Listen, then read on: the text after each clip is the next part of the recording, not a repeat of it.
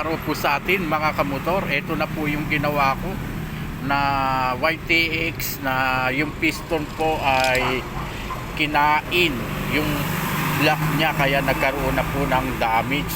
Ito, nilalagay ko na po yung tornilyo niya mga kamotor. Yan. Yan mga kamotor.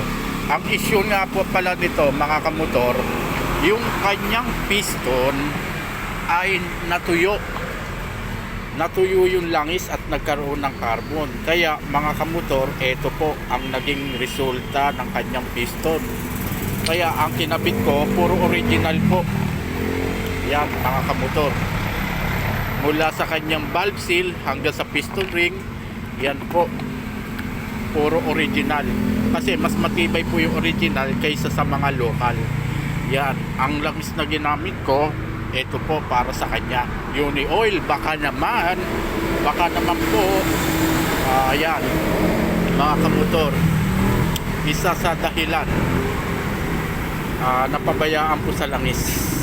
Maraming salamat mga kamotor.